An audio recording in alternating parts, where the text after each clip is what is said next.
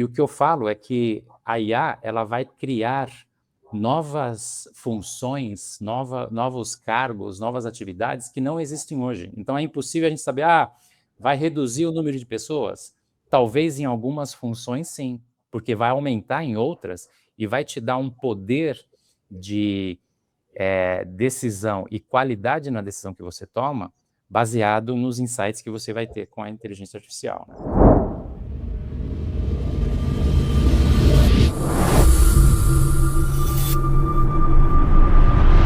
Olá a todos, sejam bem-vindos a mais esse quadro Executive Talk. Hoje nós temos aqui conosco o Denison Dias. Denison, agradecemos aí a sua participação com a gente, né, um pouquinho do seu tempo para contribuir sobre, né, os projetos, a sua área de atuação.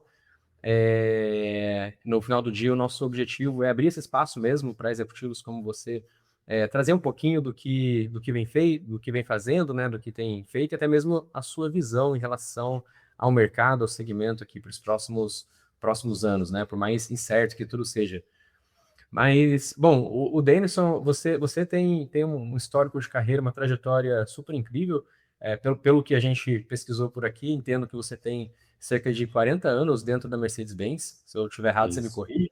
Entrou isso, como sim. aprendiz de eletricista, né, aos 14 anos, passou por engenharia, planejamento e até assistência direta à presidência e estratégia corporativa na Alemanha, onde trabalhou reportando ao Board Global. Hoje você lidera a S&OP, né, e a programação de produção de caminhões e ônibus da marca no Brasil. E bom, fala um pouquinho para a gente sobre você, se você puder comentar um pouquinho mais né, em relação ao seu histórico de carreira, seria maravilhoso. Não, perfeito.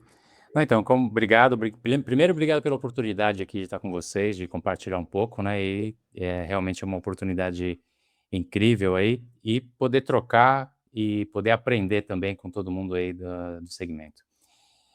Como você mencionou, então tenho 40 anos de atuação aí no setor automotivo, sempre na Mercedes, que já virou Mercedes, já virou Daimler Chrysler, já virou Daimler-Benz, já voltou a ser Mercedes de novo. Então, como eu digo, eu trabalhei 40 anos em várias empresas diferentes dentro da mesma empresa, né? E principalmente pela atuação em diferentes áreas. Como você falou, eu comecei no Senai, então aprendiz lá de eletricista, né? Trabalhei no chão de fábrica, trabalhei na parte de operações, e desde cedo eu já entrei na parte de automação. Isso que é uma coisa muito legal, que deu um link com o que está acontecendo hoje no mercado. Então, eu trabalhava na parte de operações, mas em automação nas linhas de produção, nas máquinas, equipamentos, dispositivos, onde eu cheguei no cargo de engenheiro, né, engenheiro de automação dentro da empresa, e depois eu fui procurando mais desafios, e aí me graduei em engenheiro, fui para a parte de marketing, de administração e marketing na ESPM, e aí eu migrei para a área de estratégia, né? Então trabalhei aqui no Brasil, né, de 98 até 2003, e trabalhei na área de estratégia corporativa, onde aí realmente o contato com a Alemanha era muito grande, e eu trabalhei na parte de estratégia, tanto na parte de agregados, que é caminhão, que é motores, câmbios, eixos, na parte de caminhões, na parte de ônibus, né? E discussões realmente de M&A, aquisição, parcerias, justamente na época que a Mercedes se juntou com a Chrysler, né? Que a Daimler se juntou com a Chrysler mundialmente. Eu estava na área de estratégia, então uma experiência interessante. E depois eu fui para a área na assessoria da presidência, onde foi uma experiência incrível para eu conhecer todo o ciclo da empresa, né? Então, realmente foi um período muito interessante, de 2003, 2004 até 2007.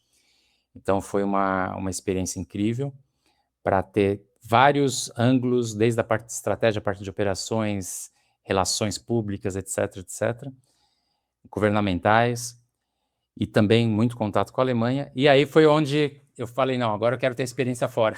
E aí eu fui para a área de estratégia de caminhões Mercedes-Benz na Alemanha, onde eu fiquei 3 anos, onde eu participei também da parte da estratégia que teve, que era montar, na época, uma parceria com a Kamaz, que era para atuar no segmento na Rússia, que hoje não existe mais por motivos óbvios, né, de sanções, etc. Mas também foi uma experiência incrível, tanto de multicultural e também outras visões. E lá também exercendo várias atividades na parte de contato, não só com o segmento lá na Europa, mas também com as outras plantas Mercedes-Benz no mundo, né? Então foi muito interessante. E aí voltei para o Brasil em 2010, na área de planejamento, e operação na parte de produção CKD, que é a produção do veículo desmontado para exportação, onde também foi interessante. E atuei depois no projeto de eficiência, aí voltando de novo para a presidência, né, fui convidado de novo para um projeto grande que teve de eficiência e também ligando todas, eficiência global, né, para alavancar o resultado da empresa, desde a parte de supply chain até a parte de pós-venda. Então foi e operações, lógico. Então também uma visão interessante. E dali foi que eu migrei justamente para o segmento S&OP, né? Então eu até criei dentro da empresa esse fórum S&OP, né, em 2014, e atuando já na parte de caminhões e ônibus, na parte de produção.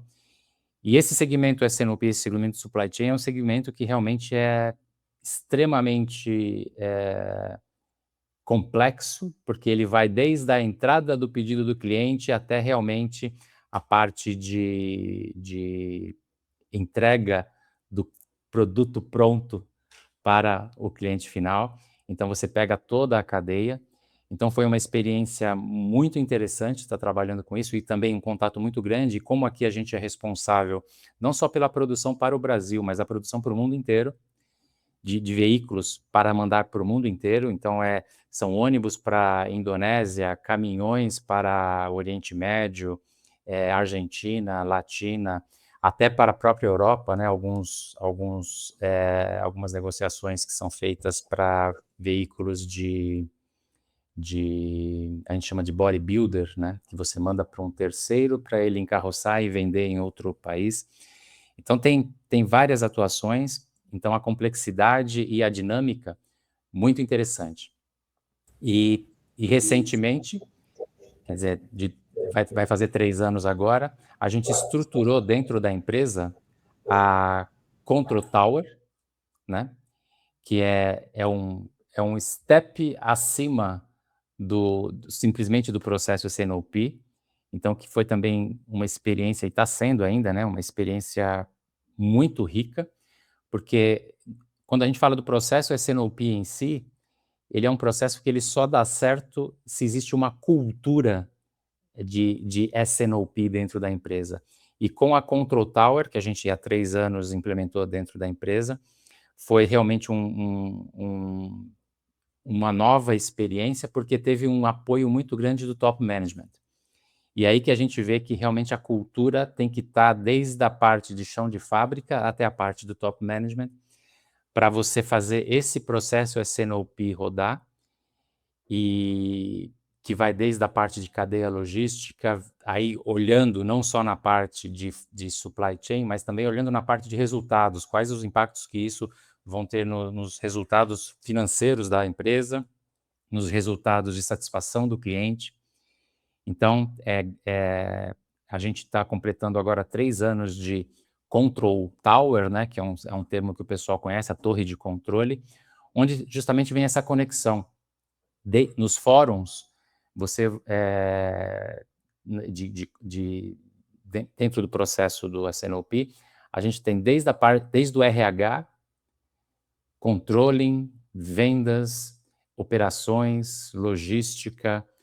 Então, toda a empresa conectada, então tem todo um processo por trás, que essa é a parte complexa, né? De juntar todas essas informações num jeito que agregue valor e que você tenha a decisão correta na hora correta.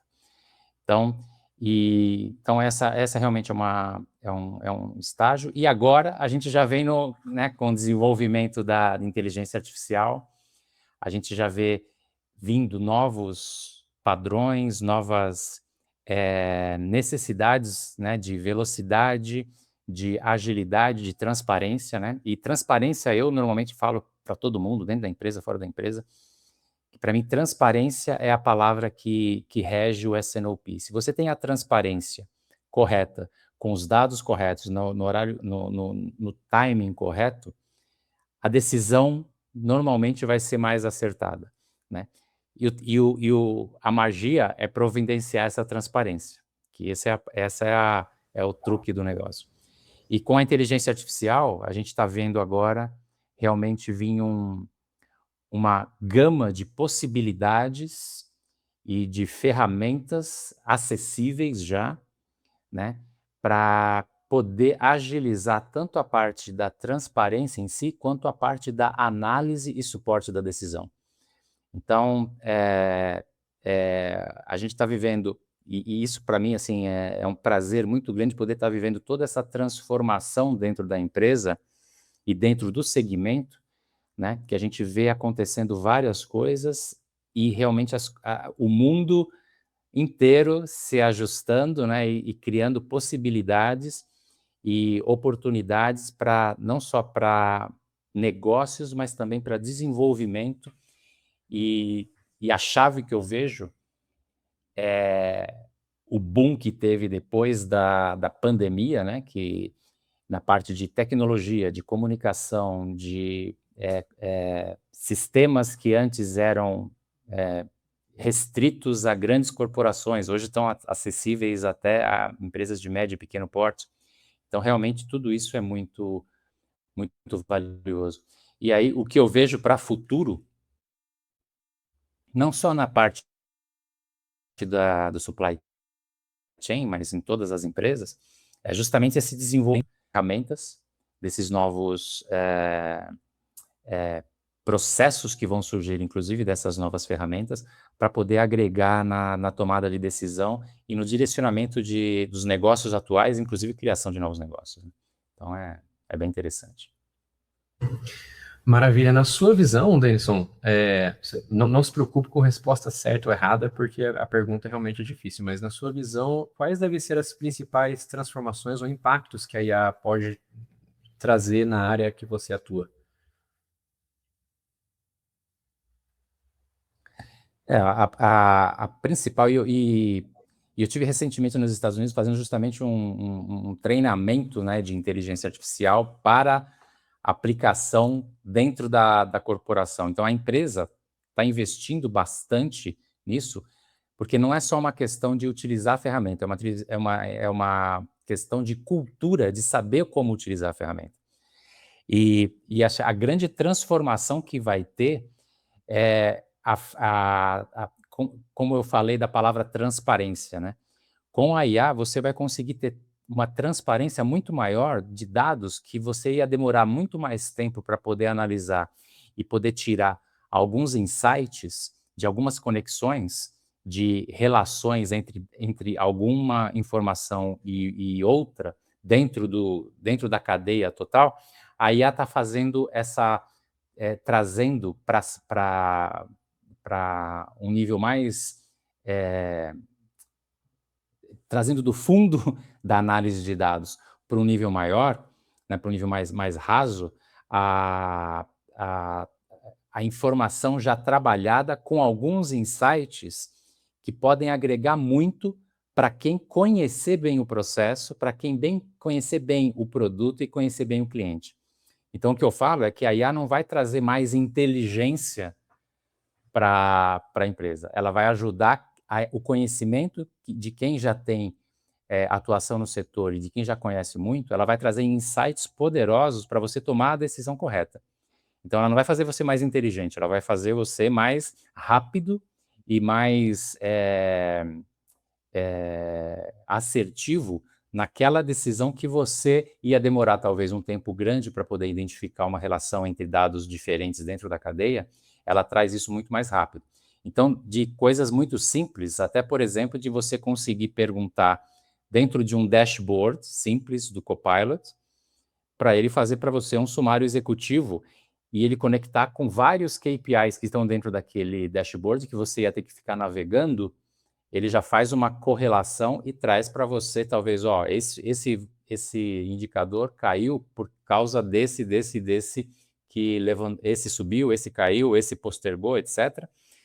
Que são coisas que um técnico ou uma pessoa com muita experiência no ramo vai conseguir entender muito mais rápido, né? E vai conseguir ter insights assertivos. Então, a inteligência artificial vai fazer você trabalhar muito mais produtivo, com muito mais assertividade, dentro daquele segmento que você já conhece, que você já domina. Se você não tem conhecimentos, né, que é uma não é um mito, né? Como que é? É uma ficção esse negócio de que eu não conheço nada do segmento, eu vou entrar na inteligência artificial e vou sair um expert. Isso, para mim, como que chama? É uma ilusão, né? Uma lenda. Porque ela vai ajudar, sim, aqueles profissionais que já têm muito conhecimento, que já têm uma ideia muito clara do que precisam no seu negócio, uma maturidade é, é, dentro daquilo que eles fazem. Com a inteligência artificial, eles vão conseguir realmente ter insights poderosos, ter assertividade e velocidade na decisão, né? Então, é até aquela famosa frase, né, que todos os cursos de IA falam, né? A IA, ela não vai tirar o teu trabalho, né? Quem vai tirar o teu trabalho é o profissional que trabalha bem com a IA, né? Então, esse processo realmente é um processo de cultura e todas as corporações que estão investindo nisso precisam realmente ter esse aculturamento desde o nível de top management, medium management, até a parte realmente operacional, para poder saber como atuar com aquilo. E o que eu falo é que a IA ela vai criar novas funções, novos cargos, novas atividades que não existem hoje. Então é impossível a gente saber, vai reduzir o número de pessoas? Talvez em algumas funções sim, porque vai aumentar em outras e vai te dar um poder de decisão e qualidade na decisão que você toma, baseado nos insights que você vai ter com a inteligência artificial, né?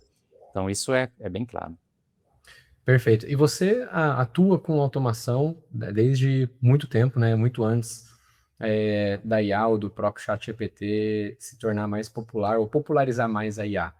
Sim. E na sua visão, quais são as habilidades que uma pessoa, um profissional precisa ter para que ele deixe de ser um usuário de IA dentro de um sistema que foi colocado para ele? Então, essas são as possibilidades. Agora você analisa os dados e trabalha com eles para um profissional que vai ter um olho clínico ou vai se questionar o tempo todo como que eu posso usar a IA como protagonista e não só como usuário. Entende? Uma das coisas que ajuda muito, né? Eu estava, inclusive, na semana passada, numa reunião, a gente estava discutindo isso. A IA, por mais que ela seja ainda inteligente, intuitiva, pareça ter, às vezes, até uma análise subjetiva, ela é uma ferramenta lógica, é um computador. A única coisa é que a forma como que ele utiliza, trabalhando com contextos, com redes neurais, tentando imitar o raciocínio humano, ela tem nuances muito mais sutis do que simplesmente um 0 e 1, né? Então, o que eu acho, né, e o que eu experiencio aí na, na minha atuação, uma coisa que me dá uma base muito clara para entender como aplicar a inteligência artificial e como utilizar, né, que hoje já estamos utilizando e eu utilizo até como um assistente mesmo para algumas coisas, é você ter o raciocínio lógico, né? E até eu brinco que eu falo assim, é ter a cabeça de engenheiro. Só que não necessariamente sendo engenheiro. Você pode ser médico, pode ser administrador, pode ser... Porque a cabeça de engenheiro é normalmente aquela que eu tenho um problema, eu tenho que resolver esse problema, então eu tenho que traçar essa estratégia de como chegar nessa solução, né? Então, esse raciocínio lógico para atuar, se você tem isso te ajuda muito, para saber como que você elabora, né, que hoje todo mundo fala do prompt, né? O prompt não é nada mais do que você tentar falar um pouquinho com um computador na linguagem dele. Você está simulando isso. Então, quanto mais claro, quanto mais objetivo, quanto mais lógico você coloca a pergunta, mais preciso e mais direcionado para o teu resultado vai vir a resposta da IA, né? Então, todos os agentes, todas as interações que você faz com isso, esse raciocínio lógico ajuda. Então, essa eu acho que é o básico que tem que ter, né? E aí, a pergunta que eu vejo é como que você faz esse raciocínio lógico permear toda a corporação, que você vai ter todas as áreas utilizando. Então, parte justamente do princípio que é uma das coisas que a gente está fazendo dentro da empresa e muito intensamente, que é começar a estimular as pessoas a saber como que cria esse prompt, né? Como que se faz essa interação? O que que você precisa ter de, de informações para você poder fazer a pergunta de uma forma correta? Até porque que é uma coisa que as pessoas, muito poucas pessoas ainda têm uma ideia, cada pergunta que você faz para IA, você tem um custo, você está pagando aquilo, porque você paga por token de interação.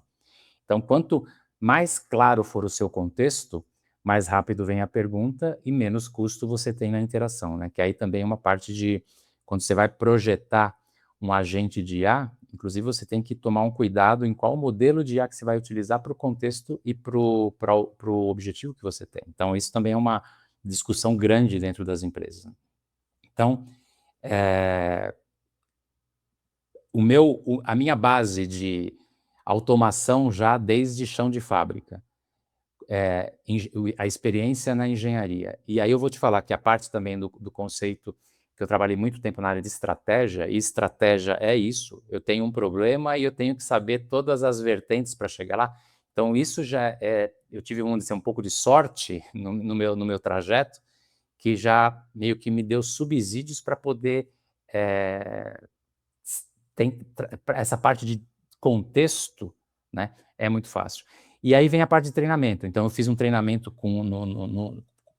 consegui, né? Então, é uma oportunidade muito boa. Fiz um treinamento no MIT no final do ano passado e começo desse ano, que também trouxe vários contextos nessa parte da rede neural, interações, modelos de IA, agentes, etc., que também trazem certos inputs que são super importantes para você entender quando você entra nos diferentes modelos de IA. Então, ou seja, o raciocínio lógico, essa experiência, aliada a uma cultura realmente de conseguir entender o que é o prompt, e aí adicionado a treinamento, treinamento e treinamento, então isso cada vez mais vai atuar. Eu acabei de receber, por exemplo, um e-mail, agora temos cursos de idiomas dentro da empresa, gratuito, qualquer idioma que você quer fazer, com suporte de IA. E por que a empresa está fazendo isso? Essa globalização, né, que eu falo, não é o conceito de globalização da década de 80, mas essa interação em que você está aqui hoje fazendo a reunião com a Índia, fazendo a reunião com Estados Unidos, com a Europa, etc., por mais que você tenha dentro as ferramentas de IA para te dar também a tradução simultânea, como eu falei, as pessoas precisam cada vez mais estar treinadas. Talvez a IA, e aí é uma ideia, né, um conceito que eu tenho, ela vai te liberar tempo dos seus trabalhos manuais para você se qualificar em perfis que você precisa. E um deles pode ser entender um idioma, porque a gente sabe que o idioma não é só a tradução, tem a parte cultural, que é saber quando a pessoa fala aquilo, o que ela quer dizer, e os conhecimentos técnicos em si dentro do, do teu setor que você quer aprender, né? Então, de novo, é o que eu falei, a cultura, né, dentro da empresa tem que estar permeando isso, estimulando cada vez mais, e aí se a gente for pular também para um outro tema que tem que ser observado dentro da aplicação de qualquer tecnologia, são as questões geracionais, né? Como você sabe, é a primeira vez que a gente está tendo na história desde os baby boomers com a geração Y e Z trabalhando juntos no mesmo escritório. Então, eu tenho isso dentro da minha equipe. Então, a gente tem lá o pessoal de 22, 23, 25 anos que já está programando e fazendo várias coisas. Você tem o pessoal de 50, 55 anos que são excelentes técnicos, conhecem o processo, que é uma coisa também importante. O processo, a indústria automotiva, os processos logísticos são tão intrincados que infelizmente, precisa de tempo e cadeira para você poder entender, né? Então, e isso é bom, porque realmente todas essas gerações hoje estão interagindo, cada um com o seu conhecimento, com a sua habilidade, e a magia do negócio é fazer isso fluir e a IA permear isso. Então, aquele da geração Z vai ter talvez um pouco mais de facilidade intuitiva para lidar com aquilo, e você tem que mostrar para o da geração X, dos baby boomers, que ainda tem alguns, como aquilo também pode agregar para ele, né? E tem várias formas. E a gente está tendo muita experiência interessante, né, com todo mundo interagindo com as ferramentas. Está sendo muito, muito bom. Que bom, maravilha. Bom, adorei o ponto de pensar como engenheiro, né, pensar como arquiteto e estar à frente da usabilidade e arquitetar, estruturar, pensar fora da caixa, literalmente, sobre como a IA e as automações podem melhor servir em cada área de atuação. Bom, Denison, eu agradeço demais o seu tempo, obrigado pela disponibilidade, por compartilhar um pouquinho com a gente. E vai ser um prazer ter você com a gente lá também, no nosso evento, né, no dia Legal. 16 de setembro. Que dia vai ser mesmo? Desculpa.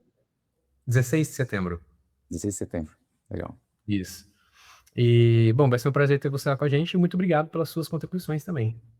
Eu que agradeço a oportunidade, me coloco à disposição, aquilo que precisar, e é sempre um prazer poder falar.